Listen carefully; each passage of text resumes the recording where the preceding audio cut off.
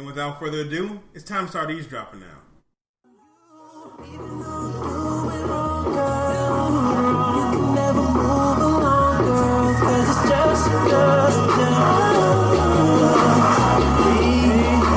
It meant nothing. I was helping her, that's all. The way you helped me, I thought she was your friend. so you wouldn't fuck her. That language does not become you. Yes. You'd rather I be demure. I'd rather you be rational. Meaning what? That I say nothing about what I see, what I hear. What have you heard? That you're capable of anything. Well, if you didn't tell me about it, it couldn't have been very upsetting. It made me sick to my stomach. This whole arrangement of... What arrangement?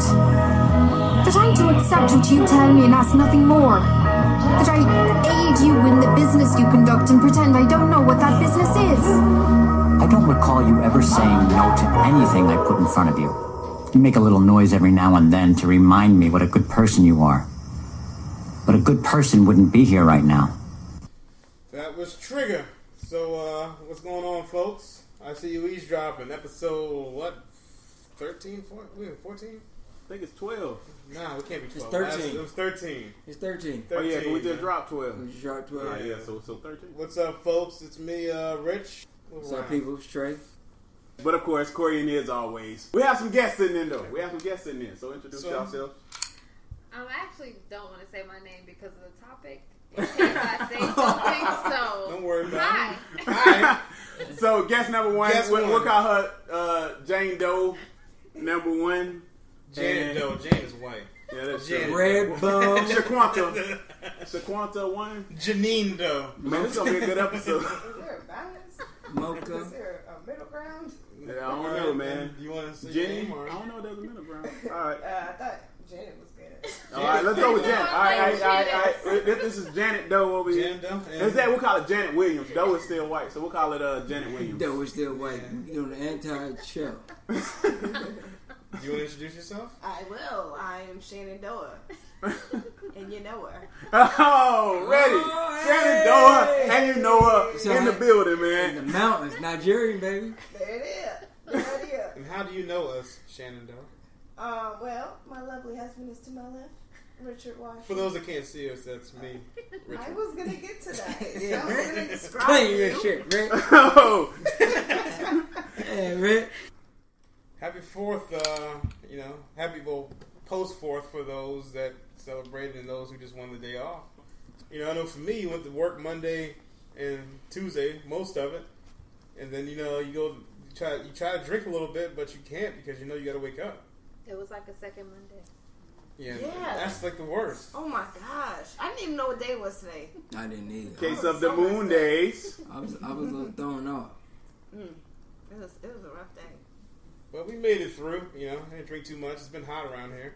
The thing that I've noticed about Independence Day, like we're watching the World Cup, and England is in the World Cup, and they were playing Colombia in qualifying rounds, and there was like so many Americans that were cheering hard for the English the day before Independence Day. And I'm like, what the fuck are these niggas doing? I was like, no less than 6 hours from now, we're going to celebrate our independence from them. But we're cheering for them? And I was like, that'd be like if there was a Confederate soccer team playing in there. I'm like, yeah! Any nigga that cheers for the Confederacy, that shit don't make any sense to me. Not at all. They don't know no better, man. It's America. This is America. They don't care. Do you think people even really care? Like, do you think people even care about the holiday itself, or they just want the damn hot dogs and they day don't. off? They No, don't care about Well, the I did holiday. see a really interesting meme that was pretty relevant. It said that black people only celebrate American holidays for the cookouts and the day off. Yep. And that's real. That is true. I agree with that. That's I true. believe that, I also 'cause if saw they looked equally. into the history, they wouldn't continue. I to also celebrate. saw a equally relevant meme that said they want black people to forget about slavery, although it ended 152 years ago, but they celebrate Independence Day, which was 240 plus years ago. That's why I still call it National Nigga Was Still Slaves Day. But as Trey has already pointed out, I did cook the fuck out. so already. We call it the national put some ribs and hot dogs in the fucking grill. Yeah. And With the steak. Denzel. But it was delicious though. I mean, you know. It's very crazy because most of the holidays that are celebrated by the country aren't shared by all the population. They're not. You know, but you know, we're supposed to maybe in cases like you look at the case like Colin Kaepernick or any other athlete, like you're supposed to sit down and pay homage and pay respect to things that were respectful to you. Mm. Like, you know, they want you to pay homage to something that was technically anti-you. Yeah. Which, you know. So I took a knee in the kitchen while I'm eating my hot dog. I should have worn black. I should have worn all black this episode. I found out I'm Nigerian. Corey, please take us through the drink of the episode. Oh yeah. Oh, man. I call it the subtle kiss goodnight or the long Barry goodbye. White ass nigga. You know what I'm saying? I like it. So today, Which one, nigga? We had- for those that's listened to a couple of episodes, you're familiar with the Dynasty Old Fashioned. I'll go to Trademark by Corey P. Of course. Church. But I brought out the chamber. the Four Roses. In this case, so we're not going to go Trey Songz because they would be black roses. Which But- I have tattooed on my shoulders. This drink started actually about 5 days ago, so this drink is special. And this drink started with me buying a dozen roses, cutting the tops off a couple, and freezing them into ice blocks for presentation, of course. And then we went the same route that we go with the Dynasty Old Fashioned. You put a little bit of 151 in the bottom, blaze it, let that start to simmer a little bit, add a nice little orange slice on top, muddle it out to get rid of the flame, but also to caramelize the glass. Church. After you do that, you go across the top with a little bit of bitters. In our case, it was the Bitter Truth, orange-infused bitters. Go deeper. And we add a nice block spear with a rose in the middle. In the middle. We followed that with about 2 ounces of Ford Roses bourbon. Delicious. And what did we follow that with? Of course, the orange and brown sugar infused half and half. Homemade. This is Love Jones Part 2? Oh my God. Did you say brown sugar? Brown sugar. Nice and syrupy. And then what did we do? We took it a step further because you know what? They don't want that smoke. They don't want that smoke. They don't want that smoke.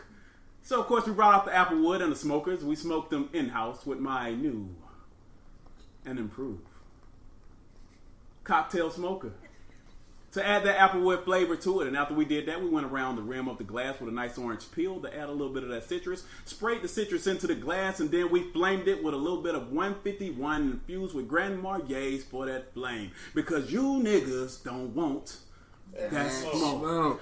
And we talking But enjoy. That was brought to you by the Langston Hughes, Edgar Allan Poe, W.E.B. Du Bois, Georgia Peach picking nigga. with muscles.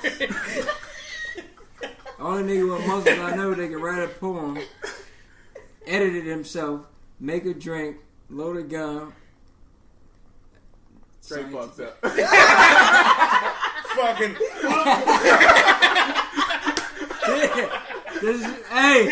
This is what happens when you get this dude tools to make drinks. So you started drinking early today, bro. I did. I started Yeah, at he 5. said he was- I started at 5:30. It's He was 8:40. nice. He I was started nice at 5:30. after I had that my first drink. I had my first drink. First of all, He I'm had doing. no protein today. First of all, I'm doing a detox. I've only eaten vegetables and fruit for the last 3 days. Nigga, you selling meal plans? And nigga, I'm still a fitness trainer all day. That's right. I'm Hit still my man up on Instagram. I'm still a walking machine. I may be fucked up. You walk up on me, you gonna get fucked up. You can still run 6 miles right now. Nah, not I 6. try to size you up though. Nah, I ain't gonna do. Just say yeah. Nah, I can't do it. Not 6. But anyway, Rich, All right. what are we getting into tonight subject-wise? I'm doing a couple things right now. Any of y'all listen to the Drake album? I can't say I have. Are you a Drake? I am a Drake fan. I plan to. I Okay. just have not listened to this one. Corey, you listen to the album? I've listened to the album. And, you know, like all Drake albums, it makes you call your ex. I know Shenandoah has listened to it because we live together. All right, Trey, you listen to it? I don't know how to download music. You can stream it. I don't know what that is. Damn it, bro. But yeah, I listen to the album, man. You know, I like that track Peak, you know. Peak dope. It's dope. But you know what? The one I've been playing the most lately? Finesse. That's just dope. That shit goes. So what do you think about the people that, I mean, obviously the Pusha jokes are going to be around because it's still relatively new, but that shit's died down. What do you think about the album feel itself? If you listen to it without thinking about the beef. You know, I'm gonna go back to what I said previously. Like, my thing is Drake is smart, and he's really too smart to fall into the BS. So first of all, you got to acknowledge the fact that the man did not respond. Okay. After he didn't respond, he turned around and dropped an album that went dumb. And he beats everybody by just acknowledging the truth and saying, so what? I'm Drake.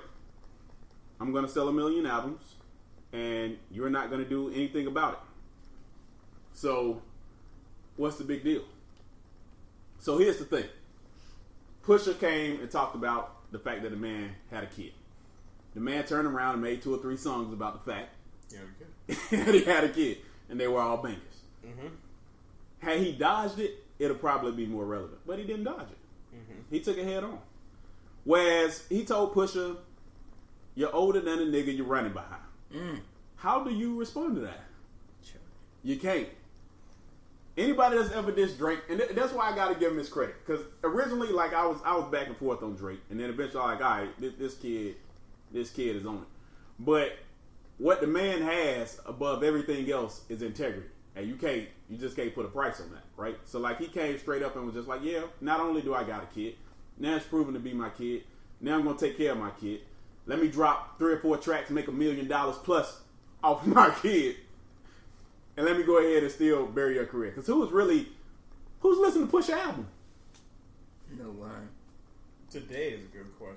I mean, for real, who's listening to Push album? Nobody. Really? He's not making money. This man done went platinum in a week. Yeah. What do you do about that? In fact, really 2 days. And then on top of that, let me fast forward to what even more is relevant. So there was the huge controversy about people saying that Jay-Z was dissing Drake on his album. And then he drops a track with Jay-Z on it. So you go back to when all that was going on. When did Drake respond to people saying that Jay was dissing him? Never. No. And he straight squashed it and acknowledged it by doing what? Dropping a hit track with Jay-Z on it. People were just guessing that Jay-Z was trying to diss exactly. They fishing. So it's like, the kid's good, man. His delivery, his method, everything is on point. You can't knock him. Especially like when he take everything head on, he eats it, and then he just usually drop platinum albums out. I think it's a heavy undertaking too, like considering the amount of songs. It's like 24 hour, like an hour and a half plus. I think the production is great. You know, I think No ID and 40, even with the cameos by DJ Premier and DJ Paul. And I thought it was a cohesive project. I liked it. This is coming from somebody who hasn't listened to Drake for a little bit because I think he makes music for simps. Yeah, that's true. And guys that thrive in the friend zone. Oh, Yeah. oh, like that segue. Yeah. Hints. You know, but you know, like I like this album when he's talking about something a little bit more, like about his son. Like it's funny to me the people that want to pretend to be outraged by the fact that he had a child and didn't want to share photos with everyone. You know, where Hollywood is renowned for having secret relationships and then people getting married the day that it's discovered that they were even in a relationship to begin with. You know, people don't really care what's going on in their personal life. I don't care what you do in your personal life, short of like hurting somebody or breaking the law. You know, like in terms of like murdering somebody. Like I was like at that point, like R. Kelly, I can't. There's a limit with me on things I can support. But like people don't really care if Drake has a child or not.